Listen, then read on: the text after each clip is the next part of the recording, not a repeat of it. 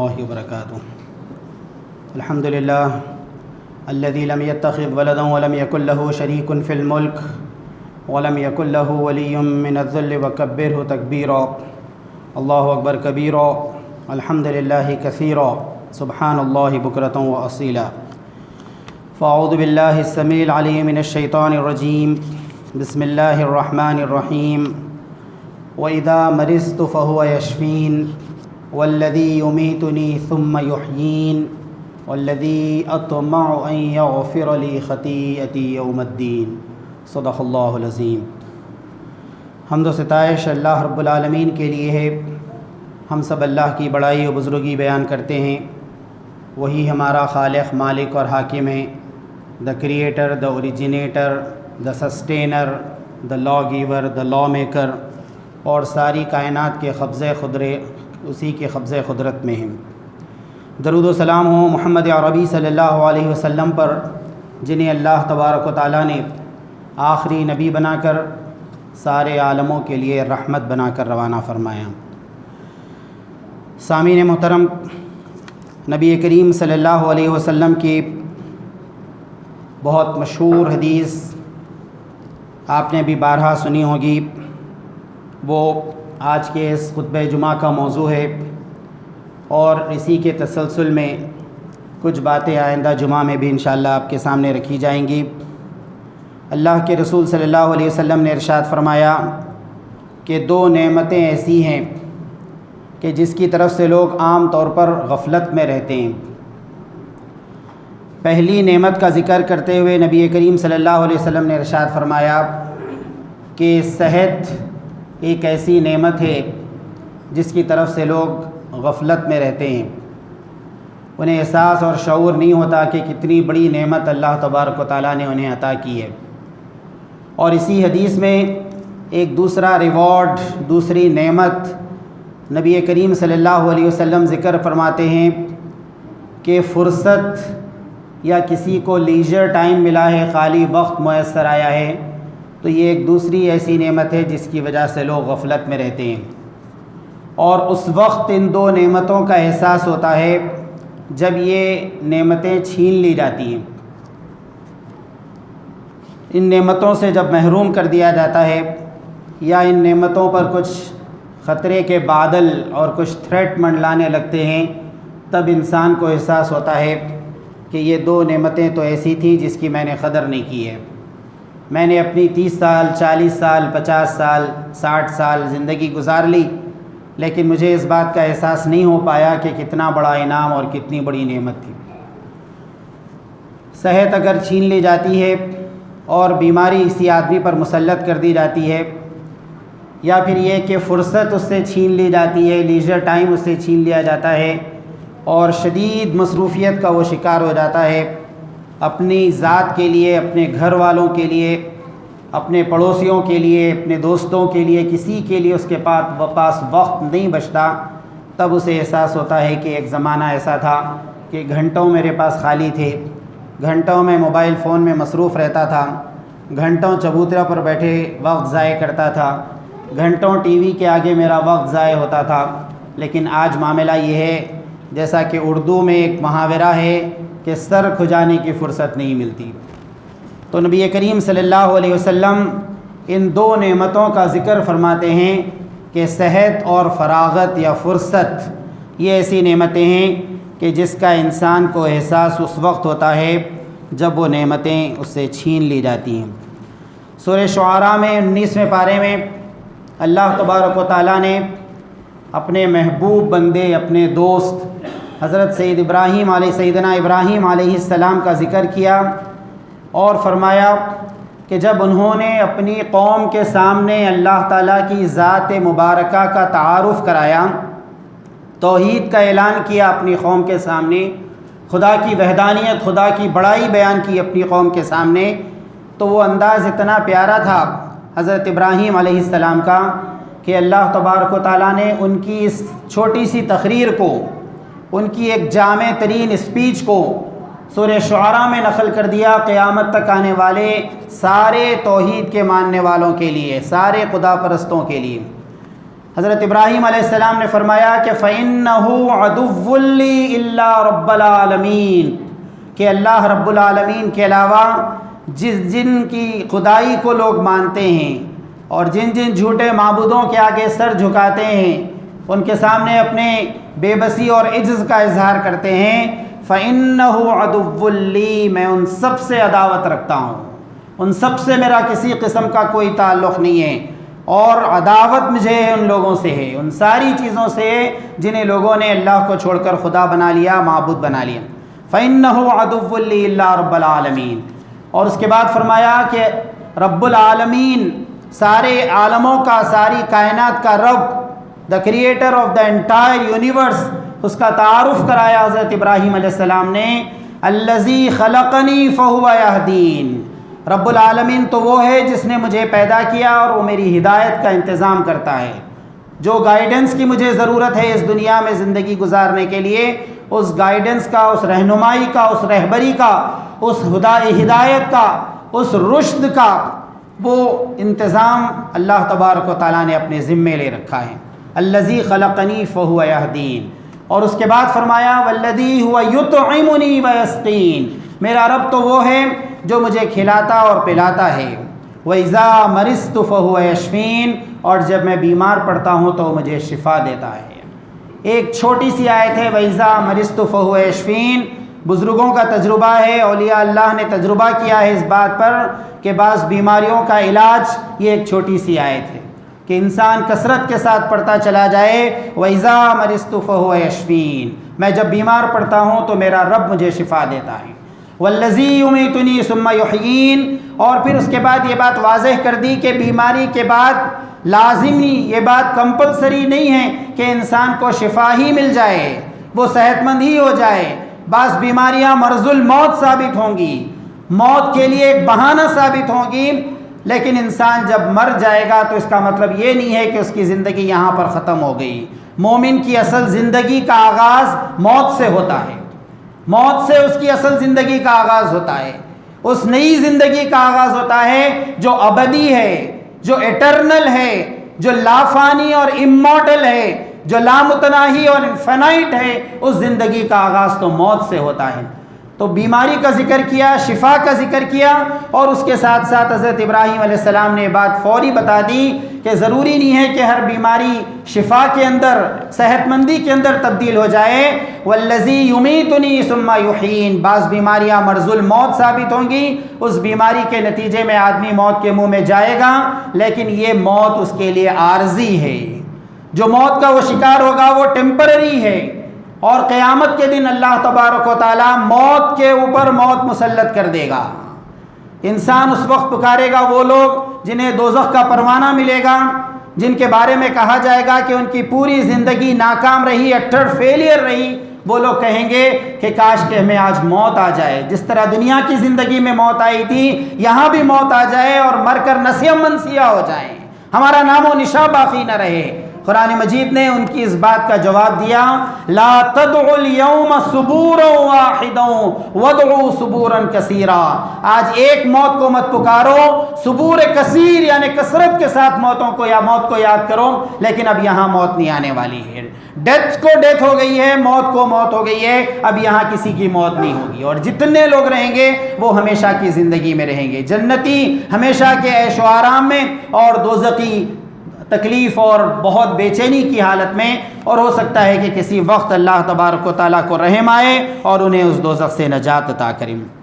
تو حضرت ابراہیم علیہ السلام نے جہاں صحت کا ذکر کیا، اس کے ساتھ ساتھ فوری موت کا بھی ذکر کر دیا کہ والذی یمیتنی ثم یحیین، وہ میرا رب جو رب العالمین ہے وہ مجھے موت دے گا اور پھر قیامت میں دوبارہ زندہ کرے گا، والذی اطمع ان یغفر لی خطیئتی یوم الدین، اور اسی سے میں اس بات کی توقع رکھتا ہوں کہ قیامت کے دن میرے گناہوں کو معاف کرے گا اور میری مغفرت کرے گا۔ اور اس کے بعد انہوں نے جامع ترین دعا کی جو اس کا پورا تسلسل سورہ شعراء کے اندر ہم مطالعہ کر سکتے ہیں۔ تو اللہ تبارک و تعالیٰ نے یہ بات بیان کی کہ بیماری یا بیماری سے شفا، یہ دونوں چیزیں اللہ تبارک و تعالیٰ کی طرف سے ہیں، اور عقل مند لوگ وہ ہیں اس حدیث کے مطابق جو ابتدا میں پڑھی گئی، جو ان دو نعمتوں کی قدر کرتے ہیں۔ پہلی بڑی نعمت صحت، اور دوسری بڑی نعمت فرصت، کہ انسان کو کچھ کام کرنے کے لیے وقت میسر آئے، اسے اپنی ذمہ داریاں ادا کرنے کے لیے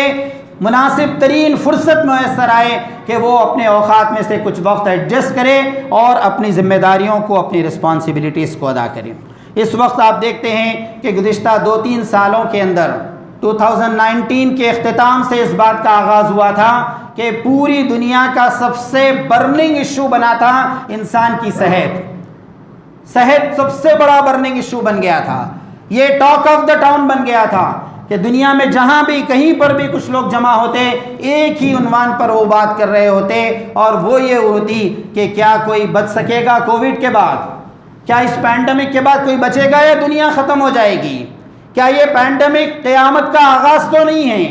اور یہ کہ جو لوگ بچ جائیں گے، ایک صاحب جن کے بارے میں کہا جاتا ہے کہ وہ بڑے پر امید رہتے تھے، لوگوں کو امید اور حوصلہ دلایا کرتے تھے، ان سے میری گفتگو ہوئی پینڈیمک کے ٹاپ پر، جبکہ ہر منٹ ہر لمحہ کسی کی موت کی خبر آ رہی تھی، تو انہوں نے ایک جنازے میں شرکت کرتے ہوئے نماز جنازہ کے فوری بعد مجھ سے کہا کہ اب ایسا محسوس ہوتا ہے کہ جو کچھ لوگ تھوڑے بہت دنیا میں بچ جائیں گے، بس انہی کو یہ دنیا کا انتظام لے کر آگے بڑھنا ہے، اسی دنیا کا انتظام ان کو سنبھال لینا ہے۔ تو ایک مایوسی کی کیفیت پوری دنیا کے اندر پھیلی تھی، اور بہت بڑا ہیلتھ ہزارڈ جسے کہتے ہیں وہ دنیا کے اندر پیدا ہوا تھا کووڈ کے ذریعے سے۔ پوری دنیا میں 53 کروڑ لوگ اس بیماری کا شکار ہوئے،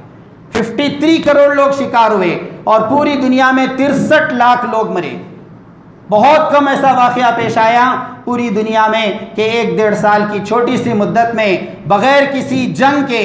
بغیر کسی آفات سماوی جسے کہتے ہیں کہ ایک عذاب کی شکل میں آتا ہے، یا پھر یہ کہ کسی ورلڈ وار کا واقعہ نہیں ہوا، سامنے دشمن نظر نہیں آ رہا تھا، کوئی گولی نہیں چلی، کوئی بم نہیں گرا، اور پھر یہ کہ کوئی زلزلہ اور کوئی سونامی نہیں آئی، اور 63 لاکھ لوگ موت کے منہ میں چلے گئے، اور خود ہمارے ملک کے اندر 5 لاکھ سے زیادہ لوگوں کی موت ہوئی۔ یہ سب آفیشیل فیگر ہیں، اور ان آفیشیل فیگر کی تعداد اس سے زیادہ ہے۔ تو آپ دیکھتے ہیں کہ مختلف قسم کی بیماریاں انسانی آبادی کے اندر پھیلتی ہیں، اور دیکھتے کہ دیکھتے انسانوں کی ایک بڑی تعداد، ایک بڑی نعمت جس کا ذکر اس حدیث میں کیا گیا، اس سے محروم ہو جاتی ہے۔ نبی کریم صلی اللہ علیہ وسلم نے ارشاد فرمایا، حضرت عبداللہ بن عمر رضی اللہ تعالیٰ عنہ راوی ہیں، حدیث کی کتاب ابن ماجہ کی روایت ہے، لم تظہر الفواحش فی قوم قط حتی یعلنوا بها۔ نبی کریم صلی اللہ علیہ وسلم نے ارشاد فرمایا کہ کسی قوم میں جب گناہ اور فاحشات اور ولگر قسم کی چیزیں، ولگیرٹی اور آبسینٹی جب کسی قوم کے اندر پھیل جاتی ہے، تو اللہ تبارک و تعالیٰ ان کے درمیان ایسی بیماریاں پیدا کرتے ہیں جو اس سے پہلے کی بستیوں کے اندر، اس سے پہلے کی قوموں کے اندر نہیں تھی۔ کچھ نئی بیماریاں جن کا ذکر آپ نے کبھی نہیں سنا، منکی پاکس کا ذکر کبھی نہیں سنا تھا، کووڈ کا ذکر پہلے کبھی نہیں سنا تھا، سوائن فلو کا ذکر کبھی نہیں سنا تھا۔ اس طرح کی جو نئی بیماریاں اس وقت دنیا میں آ رہی ہیں، نبی کریم صلی اللہ علیہ وسلم نے اس کی بہت سی وجوہات میں سے ایک وجہ یہ بیان کی کہ کسی قوم کے اندر فواحشات پھیل جاتے ہیں، گندگیاں پھیل جاتی ہیں، اور گناہ کثرت سے ہونے لگتے ہیں، تو اللہ تبارک و تعالیٰ یہ کیفیت ان کے اوپر طاری کر دیتا ہے کہ ایسی بیماریاں اس سوسائٹی کے اندر، اس ملک کے اندر، اس معاشرے کے اندر پھیلتی ہیں جس کا ذکر کبھی کسی نے نہیں سنا تھا۔ ایک حدیث میں نبی کریم صلی اللہ علیہ وسلم نے ارشاد فرمایا کہ ان اللہ انزل الداء والدواء، اللہ تبارک و تعالیٰ نے نازل کیا ہے بیماری کو بھی اور اس بیماری کے علاج کو بھی۔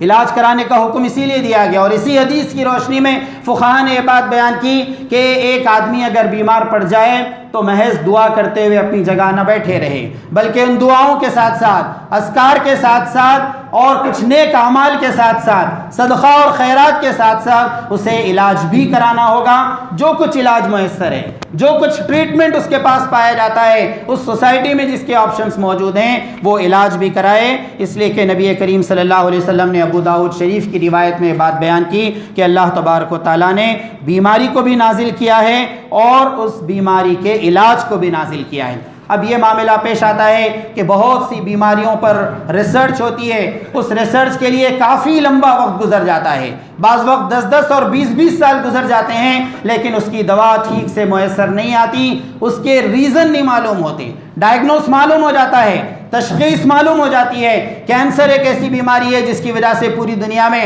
لاکھوں لوگ مر چکے ہیں اور آج بھی مر رہے ہیں، لیکن اس کا ویلڈ ریزن کہ کنفرم ریزن کیا ہے، یہ بیماری کیوں ہوتی ہے، آج تک انسان نے اس کی وجہ دریافت نہیں کی ہے۔ ایڈز کی وجہ کیا ہوتی ہے، کس بنیاد پر ایڈز کی بیماری ہوتی ہے، یہ بات معلوم کر لی گئی کنفرم طریقے سے کہ ایڈز کی بیماری کیوں ہوتی ہے، لیکن اس کا ٹریٹمنٹ پوری طرح ابھی معلوم نہیں ہو سکا ہے۔ تو انسان کوشش کرتا رہے، جستجو کرتا رہے، ریسرچ کے اندر آگے بڑھتا رہے۔ بڑی بڑی فارماسیوٹیکل کمپنیاں پیسہ لگاتی ہیں کہ اگر ہم یہ مولیکیول پہلے نکال لیں، اس دوا کا پہلے ہمیں، اس بیماری کا پہلے ہم علاج نکال لیں، تو پوری دنیا میں ہمیں اس کی رائلٹی ملے گی اور ہم بہت زیادہ ہماری کمپنی کے بزنس میں آگے بڑھ سکیں گے۔ نبی کریم صلی اللہ علیہ وسلم نے حکم دیا اس بات کا کہ اللہ تبارک و تعالیٰ نے بیماری بھی بنائی ہے اور اس بیماری کا علاج بھی بنایا ہے۔ اب یہ انسان کی ذمہ داری ہے کہ اس کے علاج کے لیے اپنی علم کو استعمال کرے، تحقیق اور ریسرچ کے پورے طریقوں کو استعمال کرے اور پھر اس کے بعد وہ اس بیماری کے علاج کے لیے آگے بڑھے۔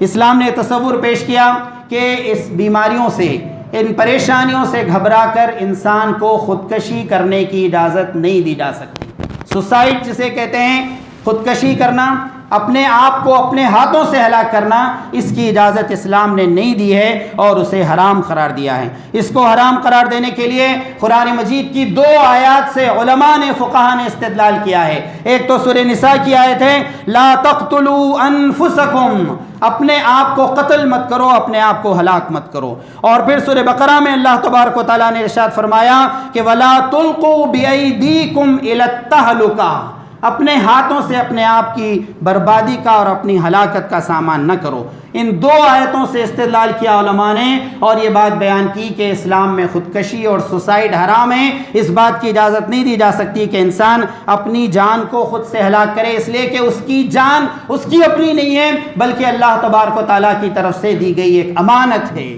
اور اللہ تبارک و تعالیٰ نے جو مہلت عمل دی ہے، جو ٹائم اسپین دیا ہے اس دنیا میں گزارنے کے لیے، اس ٹائم اسپین کو اسے گزارنا ہے اور اللہ تبارک و تعالیٰ کی مرضی کے مطابق گزارنا ہے۔ اس وقت آپ دیکھتے ہیں کہ دنیا میں سوسائڈل ریشیو بہت تیزی کے ساتھ بڑھتا چلا جا رہا ہے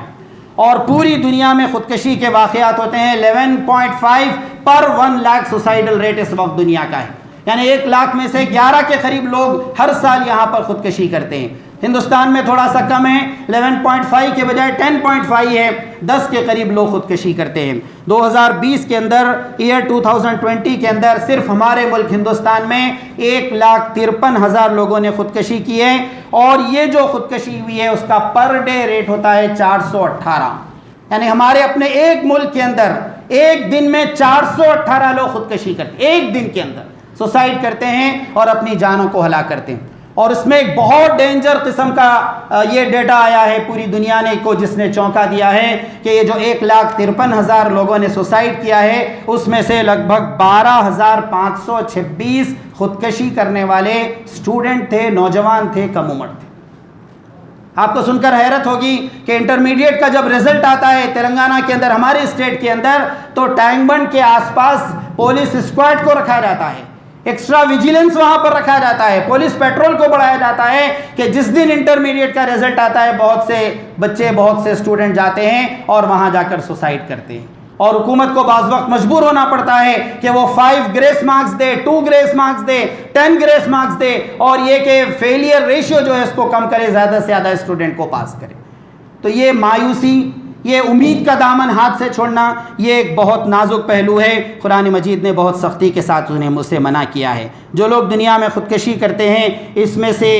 جو 1,53,000 لوگ ہندوستان کے اندر جنہوں نے 1 سال کے اندر خودکشی کی ہے، 32% ان کا معاملہ یہ ہوتا ہے کہ یہ فیملی پرابلم کی وجہ سے کرتے ہیں اور 17% یہ جو خودکشی یا سوسائڈ کا معاملہ ہوتا ہے وہ ہیلتھ ایشو کی وجہ سے ہوتا ہے، بیمار ہو جاتے ہیں اور اس کے بعد اتنے مایوس ہو جاتے ہیں کہ یہ بیماری ہم سے دور نہیں ہو سکتی اور بہت جلدی خودکشی کے راستے پر وہ آگے بڑھتے ہیں۔ 6% ایڈکشن کی وجہ سے، نشے کی عادت پڑ گئی ہے، ڈرگس کی عادت پڑ گئی ہے، شراب کی عادت پڑ گئی ہے، کچھ اور گندی عادتیں پڑ گئی ہیں، تھوڑی بہت کوشش کرتے ہیں، ان عادتوں کو چھوڑنے کی ناکام ہو جاتے ہیں تو وہ سوسائڈ کے راستے پر آگے بڑھتے ہیں۔ آپ کو سن کر حیرت ہوگی کہ ایک بہت ہی مشہور ترین ملک دنیا کا جو ٹورسٹ ڈیسٹینیشن ہے، پوری دنیا کا سب سے ٹاپ نمبر 1 ٹورسٹ ڈیسٹینیشن ہے، لوگ وہاں کی بیوٹی کو، نیچرل بیوٹی کو دیکھنے کے لیے لاکھوں روپے خرچ کر کے جاتے ہیں، اور اسے جنت نشاں کہا جاتا ہے اس ملک کو، وہ ملک سوئٹزرلینڈ ہے، اور پوری دنیا کی بلیک منی سب سے زیادہ وہاں کے بینکوں کے اندر پائی جاتی ہے، اور وہ ڈیٹا محفوظ رکھتا ہے، شیئر نہیں کرتا، تو لوگ جا کر اپنا پیسہ جمع کرتے ہیں۔ سوئٹزرلینڈ ایک ایسا ملک ہے جہاں پر خودکشی کو قانونی طور پر جائز قرار دیا گیا ہے،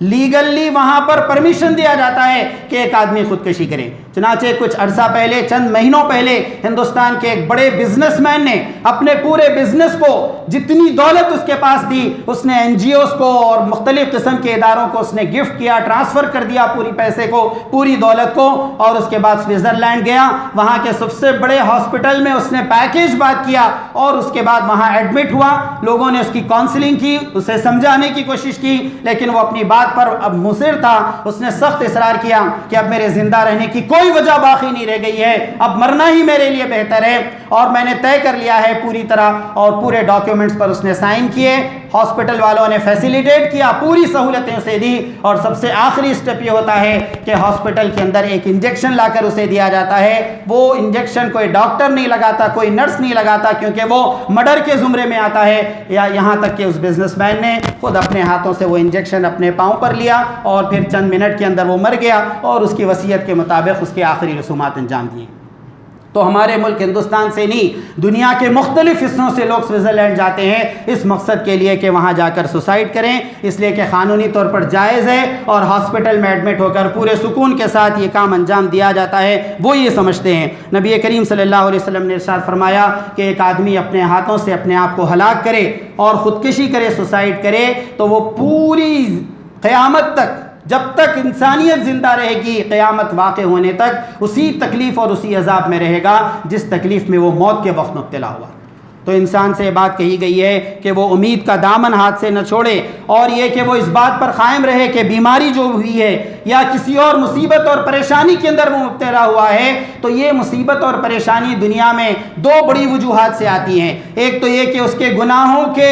اعمال کے پاداش کی طور پر، اس کی سزا کے طور پر آتی ہیں، اور دوسری وجہ یہ ہوتی ہے کہ اسے بیدار کرنے، اسے جگانے، اسے چونکانے یا اسے عبرت دلانے کے لیے مصیبت آتی ہیں۔ ما اصاب من مصیبت الا باذن اللہ، یہ مصیبتیں اور پریشانیاں اللہ کے حکم سے آتی ہیں، اور یہ آیت انسان کو مصیبتوں اور پریشانیوں سے نکالتی ہے۔ وَإِن يَمْسَسْكَ اللَّهُ بِضُرٍّ فَلَا كَاشِفَ لَهُ إِلَّا هُوَ، اللہ تبارک و تعالیٰ تمہیں کسی تکلیف میں مبتلا کرے گا تو اس تکلیف کو دور کرنے والا سوائے اللہ کے اور کوئی نہیں ہے۔ وَإِن يَمْسَسْكَ بِخَيْرٍ فَهُوَ عَلَى كُلِّ شَيْءٍ قَدِيرٌ، اور ایک اور مقام پر فرمایا گیا وَإِن يَمْسَسْكَ بِخَيْرٍ فَلَا رَادَّ لِفَضْلِهِ يُصِيبُ بِهَا مَن يَشَاءُ مِنْ عِبَادِهِ، کہ اللہ تعالیٰ تمہارے ساتھ خیر کا معاملہ کرنا چاہے، مصیبت کے دنوں کو ختم کر کے اچھائی کے دن لانا چاہے، ناکامی کو ختم کر کے کامیابی اور سکسس کو تمہارے قدموں میں ڈالنا چاہے، اور پھر یہ کہ نقصانات سے نکال کر منافع اور پروفٹ دینا چاہے، تو دنیا کی پوری طاقتیں مل کر تمہیں اس فائدے سے، اس بھلائی سے، اس اچھائی سے، اس خیر سے تمہیں نہیں روک سکتی۔ تو اللہ تعالیٰ کی ذات پر پختہ یقین، قرآن مجید سے گہرا تعلق، نبی کریم صلی اللہ علیہ وسلم کے ارشادات کا مطالعہ، نیک لوگوں کی صحبت، اور دنیا میں امید کا دامن ہاتھ سے نہ چھوڑنا، امید پر دنیا قائم ہے، اس تصور پر قائم رہنا انسان کو ایک بہت اونچی زندگی کی طرف، ایک بامقصد زندگی کی طرف لے جاتا ہے۔ تو نبی کریم صلی اللہ علیہ وسلم نے ارشاد فرمایا کہ 2 نعمتیں ایسی ہیں جس کی طرف سے لوگ غفلت میں رہتے ہیں، اس وقت ہوش آتا ہے جب وہ چھین لی جاتی ہے، ایک صحت والی نعمت اور دوسرے فرصت والی نعمت۔ اللہ تعالیٰ ان 2 نعمتوں کی قدر کرنے کی ہمیں توفیق عطا فرما۔ رب اغفر وارحم وانت خیر الراحمین، والحمد للہ رب العالمین۔